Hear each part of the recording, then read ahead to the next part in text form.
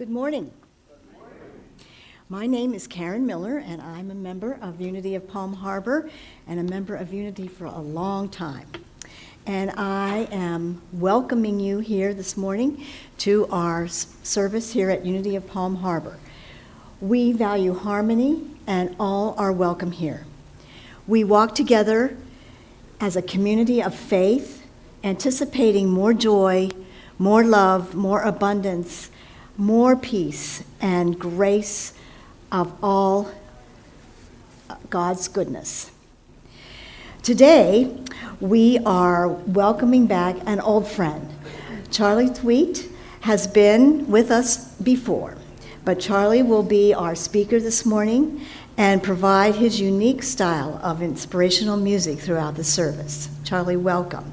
Please let us welcome Charlie. Let's just close our eyes a moment. Thank you, God, for this moment in time. As we're closing the chapter on a year and moving into our next, help keep our eyes open to new possibilities and to giving and receiving love in every moment. Bless us this day as we move forward into our new, ever new blossoming. And so it is. Amen.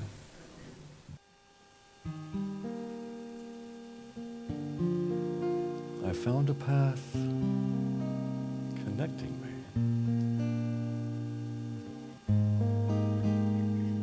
to all I am.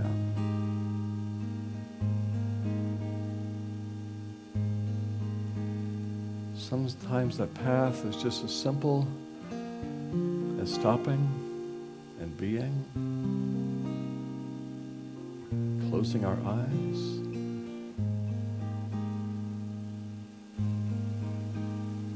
connecting to who you are,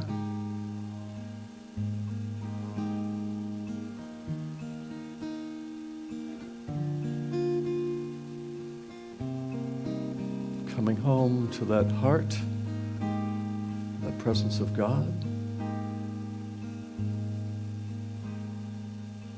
the Christ within.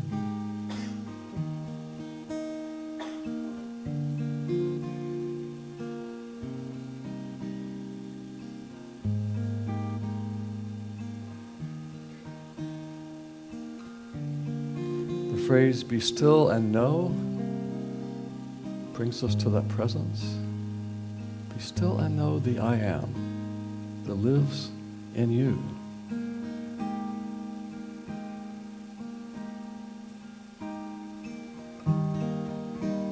I found a path connecting me to all I am inside.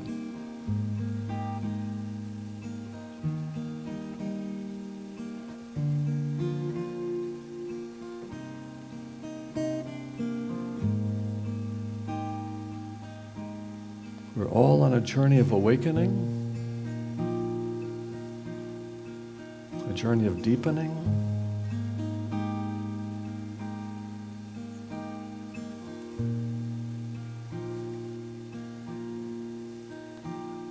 a journey of learning to breathe,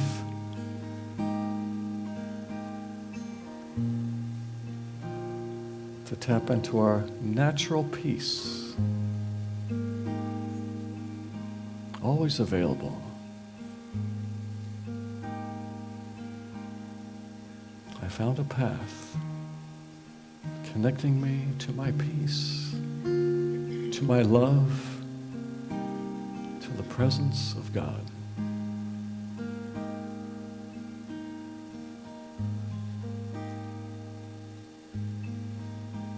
To who I am. In my awakening,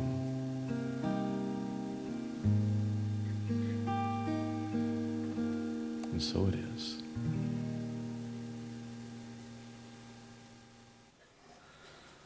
Well, happy end of the year. You recovering from Christmas? My wife and I just flew to California for 3 nights, flew back yesterday. I don't think I ever really got on California time, so maybe that worked. Well, my talk today is called Stepping Back on the Path, subtitled Conversations with St. Francis.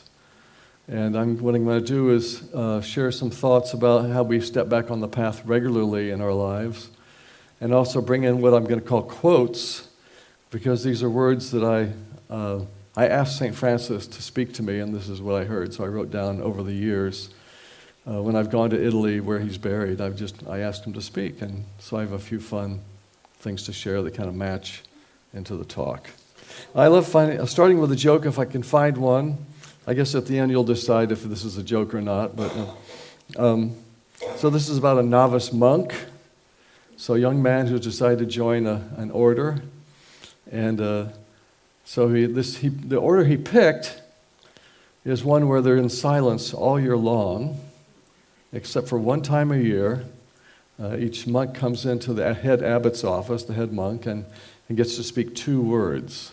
Okay, so he's joined the order, and the 1 year has passed. He comes in to say his 2 words, and he looks at the abbot and he says, "Bed hard."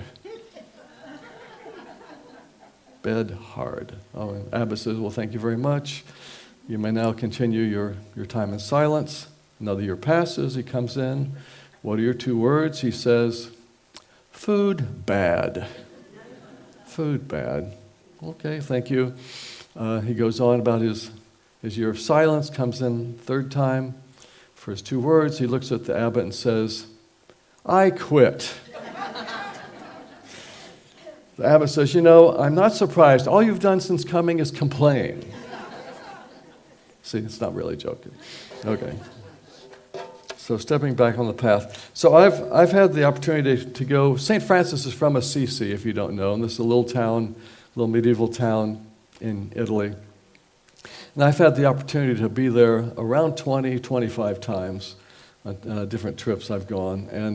And I go into the tomb, which is in the big basilica of St. Francis, but it's a very humble little chapel where he's buried. You can just sit on a few benches, very simple, kind of reflective of a monk's, outlook on life. And I've sat and listened for these words. And well, first I just want to say that, Francis, as a young man, he was sent to war, and he came back with what we might call PTSD. He was just like horrified by what he had to do. And back then it was just local city-states that were fighting with each other. I think they were fighting Perugia, which is maybe 10 miles away. And he came back and was just kind of totally disoriented in his life, wasn't sure what to do in that confusion. He was wandering on the outside of town, and he happened upon this chapel. And it's called San Damiano, this little chapel, and it was in rubble. It had been unattended to, and walls had fallen down. And as he looked into the chapel, there was Christ on the cross, kind of cockeyed over the altar, and he looked in the eyes of Christ on this cross, and St. Francis heard some words. Jesus spoke to him, and what St. Francis heard was, "Rebuild my church. Rebuild my church." And he took it literally, and he thought, okay, and he went and got some mortar and to start to put some of these stones back in place, rebuilding these walls. And other young men happened by and asked what he was doing, and they felt moved to participate. And that's how the first Franciscan brotherhood began. He was just rebuilding this church, and others felt moved to join in. Later in St. Francis's life, he became more of a figurehead to a lot of people, and kind of a new politics in the church of more heart and love. And that shifted what was happening in the church politically. So in a way, he was also rebuilding it on a grander scale through his influence of kind of being reborn in more of the original doctrine of just love and oneness. Because, politics in church. I found a quote of something he said. I think it's beautiful. He said, "Always preach, sometimes with words." Isn't that sweet? Always preach, sometimes with words. Was it Thoreau that said, kind of the flip of that, who you are was speaking so loudly I can't hear a word you're saying? So what presence are we bringing to any interaction? So I think St. Francis hit this wall, right? Like, what am I doing? There has to be some kind of shift. I think if you're on a spiritual path of any kind, you probably hit a wall at some point. Does that sound right? Like there's got to be more than this. I remember in college, I was observing, there's kind of the rules that you're supposed to follow in society. You graduate high school, then you graduate college, then you get married, then you get a job, then you buy a house. The list that we I remember feeling like, is that it? I was halfway through college going, is this it? It's already established, all the path I'm on. And I found myself feeling like I was playing this game of Monopoly, where you just keep going around in circles. You collect money, you pay out money, you collect money. And I found myself thinking as a 22-year-old, 21-year-old, like, I think I need to jump off the board. There's got to be more than this. Get a higher perspective. And I think that's some of what Francis was like. There's got to be this thing that they've got me. He was raised middle class. His father was a fabric merchant, and he sent all the things you're supposed to do. It's like, there's got to be more than this, more on the spiritual life. I think we all hit that wall at some point, which forces us into seeing beyond the standard thinking. Well, I want to look at 3 areas of how we step back on the path. And the first of the 3 is our inner knowing. How do I step back into my inner knowing? Because sometimes I think a life is this journey of forgetting and remembering. It's like, oh yeah, I'm really lined up, and then maybe we forget. Either we get angry or we kind of wander off. Or, many people where they come to unity, they say, yeah, I haven't been in a few years. I feel like I wanted to come back. That sense of we drift and then we kind of come back home. And it's sometimes it can look like a pendulum, like I remembered, I forgot, I remembered, I forgot. But have you heard of a spiral curriculum? Where it's not like when you remember again, you're back to where you were last year. It's like this always kind of up this spiral pathway. Even though it looks like back and forth, we're always elevating, always growing in our spiritual growth. So I think in a way, this coming home to who we are, again, you're remembering to come back to that Christ self, to that peace in our heart. I think it's also a lot like the prodigal son. Maybe we felt a little bit lost. And the father just says, come home, it's okay, you forgot. Just come home, you're forgiven, there's nothing to forgive. The prodigal son, just welcome open arms, right? It's okay, nothing to solve. So one of the ways that I found that I've kind of reconnected with my inner knowing, it happened when I had a brand new baby boy. And Jeremy is now 37, but his mom was laid up in bed. She was not supposed to be walking around for the first few days after the birth, so it was all on me. And here's my first night on what I call daddy duty. So it's 3 a.m, crying baby, walking around in the dark. What do I do?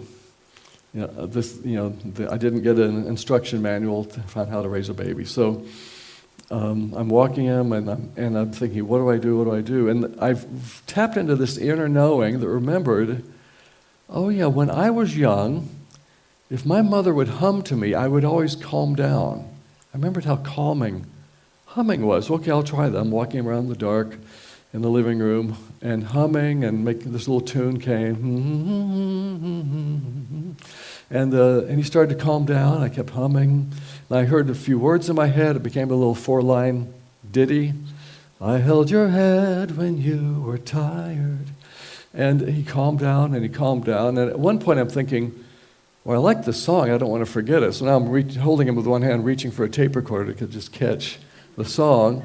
And it worked. That inner knowing knew, and it found this truth that helped and solved the situation. Now, a little side note, I didn't put that on the album, that song, for 12 years. So now he was 12 years old, and I said, Jeremy, would you like to come sing on that song? And so he was so cute with little headphones in the studio and adding his voice. And who could have guessed that night that 12 years later we'd be recording this? But it's just the sweetest moment. But the inner knowing that knew, it had the answer. You're tapping in to who you are and that place that knows. The words I heard from St. Francis, I think, apply to this. It goes like this. Be simple in your love. Be humble in your life. Be gentle in your giving. Be true to yourself. In these and all your ways, you know that Spirit walks with you. In these and all your ways, you know that Spirit walks with you. And that was true for me that night. I felt like the inner Spirit knew. The next area I want to look at is how we're that knowing our connection with others. We were singing at the beginning. We are, sing us together as one, and that was fun. I enjoyed that. But oneness doesn't happen much if you're sitting alone on the top of a mountain meditating. Like for me, it has to do with being with each other, so I can see my oneness with you. It's that arcing energy, whether it's a beautiful eye contact or just the feeling, the energy of our togetherness. And even as Jesus said, wherever two or more are gathered, I think that's because then you see that Christ self in each other. Oneness.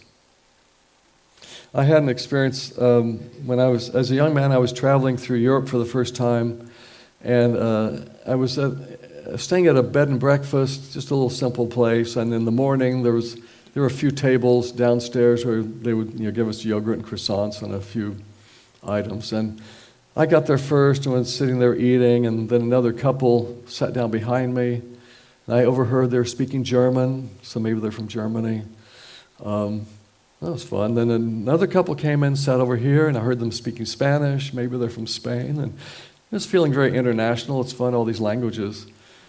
And a few minutes after the Spanish-speaking couple sat down, the young lady, maybe 18 years old, from the desk came in and started trying to talk to them about something, but she only spoke German, and they only spoke Spanish. I'm thinking, well, I speak Spanish. Maybe the German-speaking people speak English. So I turned around. Do you guys speak English? They said yes. And so, well, hey, would you ask the girl in German what she's saying? You tell me in English, and I'll tell them in Spanish. And it worked. And it became this really fun moment where suddenly the whole room was connected. When we were all just eating our breakfast, and now suddenly we felt woven together. It was just fun. And it felt like oneness with strangers. I'll get on elevators, just speak to some lady next to me as if she's my sister, just wanting to connect and just keep it light and just open. I love that sense of we are family, we are one, and why not live that way? The quote I heard from Francis that I love, I think applies to this. He said, it's very short, he said, "Take your moments and make your moments like jewels in the crown of life." Take your moments and make your moments like jewels in the crown of life. I think it's an invitation to be connecting, to be playful, to be together in life with the people around us. Lastly, I want to look at our connection with the divine, that divine, knowing the divine in our lives. And often for me, the way that shows up is if I feel like I need some guidance, like, God, what would you have me do in this situation? A good friend of mine is Alan Cohen. He's a wonderful author, and he says, the shortest prayer is one word: help. And that's just really the same question. What do I do? God, what would you have me do in this situation? And so often I'll ask, and maybe you're like this. Do you ever ask and you actually get an answer? You hear an answer, and then you kind of wonder if that's the right answer. And then you'll say, do you have any other answers? But I think if you hear an answer to your question, if you're asking for help and you hear something, maybe go with it. Maybe trust that there's a reason you heard that. And you might think, well, but what if I end up stumbling and falling because I followed that guidance? Well, the reason you asked in the first place is you're stumbling and falling. So maybe join an adventure with taking God's hand and seeing where it leads. Have you ever played with a pendulum? Back in the 70s, I played with a pendulum. And You remember the 70s, right? The boys on the front row. And if you don't know, the idea is that you have a pendulum and you test, but generally clockwise is going to be a yes. It's for yes and no questions. And counterclockwise a no. So I would say, should I go to the movies with my friends? Yes. Okay. So then I would go. And then after the movies, should I go home? No. Go get something to eat with the friends? Yes. Okay. So it was interesting. I did it for a few days, and I think what's interesting about it is, first of all, receiving an answer, and the second, being willing to go with it, like surrendering to the answer and just seeing where it leads. And it always worked out fine. It wasn't, I didn't get any big trouble from my yeses and nos. And some people could say it's your higher self answering these things, whether, beyond your awareness. But what I discovered after about 3 days is that I had learned to listen and to follow through and to surrender. And then I could just toss the pendulum because something had opened up in that practice. So, pendulum or not, I invite you to just listen to your answer, see if you get guidance, and then follow it. The willingness to step into what you're hearing is a gift. I had an experience of doing that where I just met this wonderful lady, and then 3 days later it was her birthday, but by then we were on opposite sides of the country. And this is the woman who ended up being Jeremy's mother. And I wanted to write a song for her on her birthday. So I got out my guitar and started saying, well, what might be some good chords? It felt kind of like I was forcing it, like I was trying to figure out a song. I think if you have a problem and you say, I'm trying to figure it out, you might be just working within a very narrow band because it's very mental, rather than just opening to what kind of guidance and what kind of bigger thoughts can come in. But I was trying to figure out this song, and it wasn't flowing at all. And then I heard a voice, and the voice said 3 things. It said, close your eyes, shut up, and listen. And so, it felt kind of scolding. And so I closed my eyes, and I heard this completely different melody. And it was beautiful. And I would sing that into the tape recorder, and then listen some more, and then some words started to come. And in 30 minutes, I had a complete song. And it was from getting out of the way. I think that could be a great motto. Close your eyes, close your mouth, open your ears. Get out of the way. What's bigger that can come in from a greater source?